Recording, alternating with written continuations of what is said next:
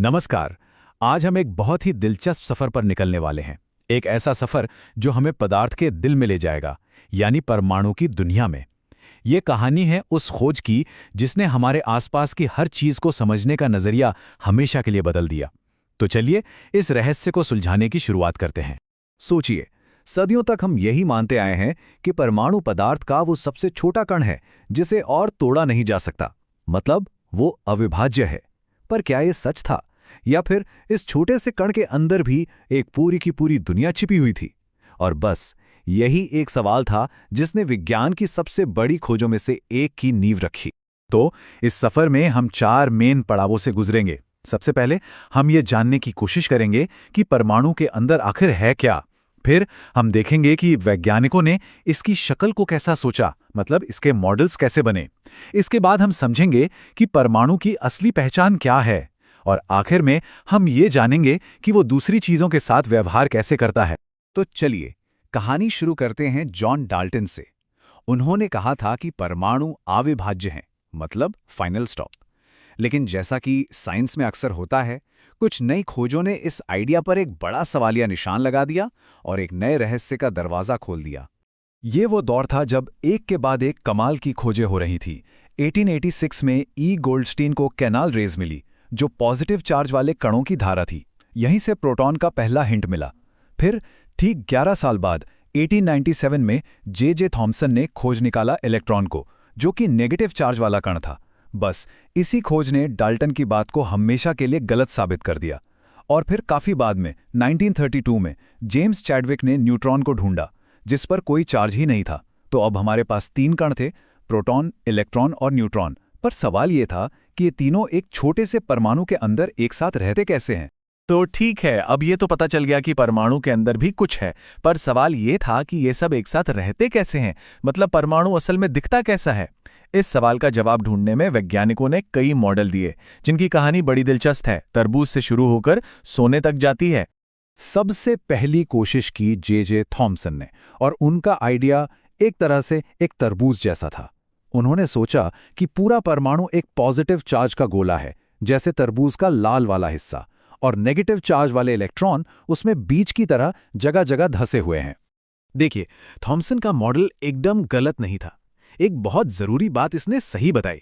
चूंकि इसमें पॉजिटिव और नेगेटिव चार्ज बराबर थे, ये मॉडल समझा पा रहा था कि एटम ओवरऑल न्यूट्रल क्यों होता है, मतलब उस पर कोई नेट चार्ज क्यों नहीं होता। लेकिन साइंस की कहानियों में हमेशा एक लेकिन होता है ना? इस मॉडल के साथ भी यही हुआ। ये दूसरे वैज्ञानिकों के एक्सपेरिमेंट्स के नतीजों को एक्सप्लेन नहीं कर पाया। कहानी में एक बहुत बड़ा ट्विस्ट आने वाला था, और इस मोड़ का नाम था अर्नेस्ट रदरफोर्ड। उनके प्रयोग के नतीजे इतने ज्यादा चौंकाने वाले थे कि उन्होंने कहा, यह नतीजा उतना ही अविश्वसनीय था जैसे आप एक 15 इंच का गोला एक कागज के टुकड़े पर चलाएं और वो लौटकर आपको ही लग जाए। जरा सोचिए। तो रदरफोर्ड ने ऐसा क्या खोजा था? एक ऐसी चीज जिसने परमाणु के बारे में हमारी पूरी सोच को पलट दिया। उन्होंने कहा, परमाणु का ज्यादातर हिस्सा खाली है, और सारा का सारा पॉजिटिव चार्ज और लगभग पूरा वजन एक बहुत ही छोटी सी घनी जगह में सिमटा हुआ है, जिसे उन्होंने नाम दिया नाभिक या न्यूक्लियस। पर रदरफोर्ड का मॉडल भी परफेक्ट नहीं था।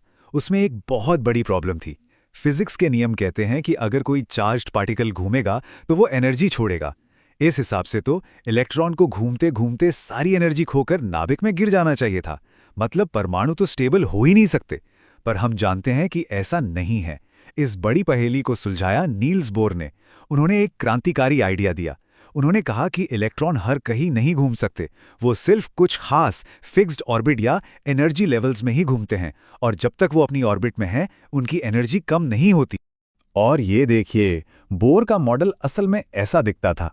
ये जो आप न्यूक्लियस के चारों तरफ गोल रास्ते देख रहे हैं ना, जिन्हें के, एल, एम, एन नाम दिया गया है, यही वो फिक्स्ड एनर्जी शेल्स हैं।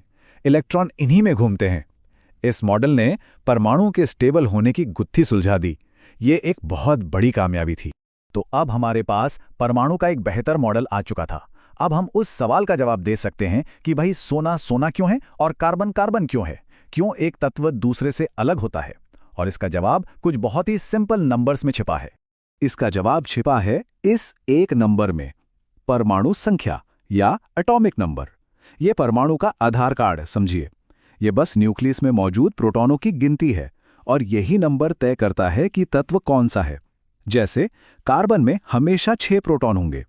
अगर एक भी प्रोटॉन बढ़ा, मतलब 7 हो गए, तो वो कार्बन नहीं रहेगा, वो नाइट्रोजन बन जाएगा। बस इतना सिंपल। फिर आता है द्रव्यमान संख्या या मास नंबर। जैसा कि नाम से ही पता चल रहा है, ये परमाणु के वजन यानी मास के बारे में है। ये न्यूक्लियस के अंदर मौजूद प्रोटॉन और न्यूट्रॉन की कुल संख्या होती है। इलेक्ट्रॉन का मास इतना कम होता है कि उसे गिना ही नहीं जाता, तो परमाणु का सारा वजन उसके न्यूक्लियस में ही होता है। अब यहां एक मजेदार बात आती है, समस्थानिक या आइसोटोप्स।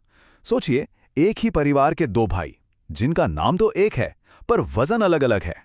आइसोटोप्स भी बिल्कुल ऐसे ही होते हैं। ये एक ही तत्व के परमाणु होते हैं, मतलब उनमें प्रोटॉन तो सेम होते हैं पर न्यूट्रॉन की संख्या अलग अलग होती है। इसीलिए उनका एटॉमिक नंबर तो एक ही रहता है पर मास नंबर बदल जाता है, जैसे कार्बन 12 और कार्बन 14। चलिए अब इस कहानी के आखिरी और सबसे जरूरी हिस्से पर चलते हैं। हमने जान लिया कि परमाणु क्या है, उसकी पहचान क्या है। अब जानेंगे कि वो करता क्या है, मतलब वो दूसरे परमाणुओं से कैसे मिलता जुलता है, कैसे रिएक्ट करता है, और इसका सारा राज उसके इलेक्ट्रॉनों की जमावट में छुपा है। तो इलेक्ट्रॉन इन कक्षाओं में ऐसे ही कहीं भी नहीं बैठ जाते। उनके भी कुछ नियम हैं, कुछ रूल्स हैं। इन्हें बोर-बरी रूल्स कहते हैं और ये बहुत सिंपल हैं। पहला रूल है 2n², जो बताता है कि किसी शेल में ज़्यादा से ज़्यादा कितने इलेक्ट्रॉन आ सकते हैं। दूसरा और सबसे ज़रूरी नियम है कि सबसे बाहरी शेल में 8 से ज़्यादा इलेक्ट्रॉन नहीं हो सकते। और तीसरा, इलेक्ट्रॉन हमेशा पहले अंदर वाली शेल को भरते हैं, फिर बाहर वाली की तरफ जाते हैं।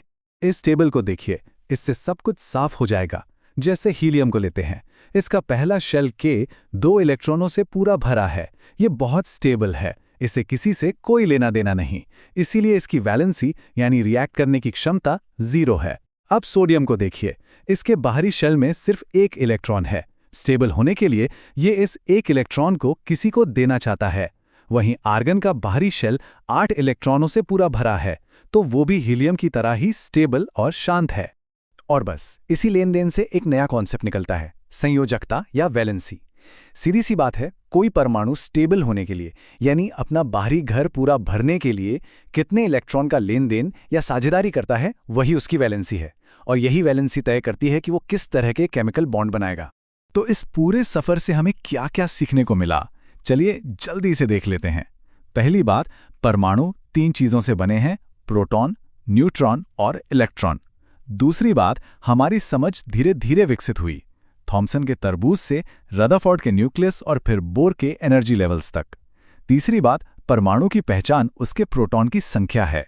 और चौथी और सबसे अहम बात, परमाणु का सारा केमिकल बिहेवियर उसके सबसे बाहरी इलेक्ट्रॉनों पर डिपेंड करता है, जो बस अपना घर पूरा करना चाहते हैं। एक बात सोचिए, हर छोटा सा परमाणु जिसे हम देख भी नहीं सकते, उसका एक लक्ष्य है, अपने अष्टक को पूरा करना, एक तरह से स्थिरता पाना। कितना दिलचस्प है ना? अगर एक अदृश्य परमाणु का इतना साफ लक्ष्य हो सकता है, तो ये हमें अपने जीवन के लक्ष्यों के बारे में भी सोचने पर मजबूर करता है। इसी सोच के साथ आज का ये सफर यहीं खत्म करते हैं। हमारे साथ इस खोज में शामिल होने के लिए धन्यवाद।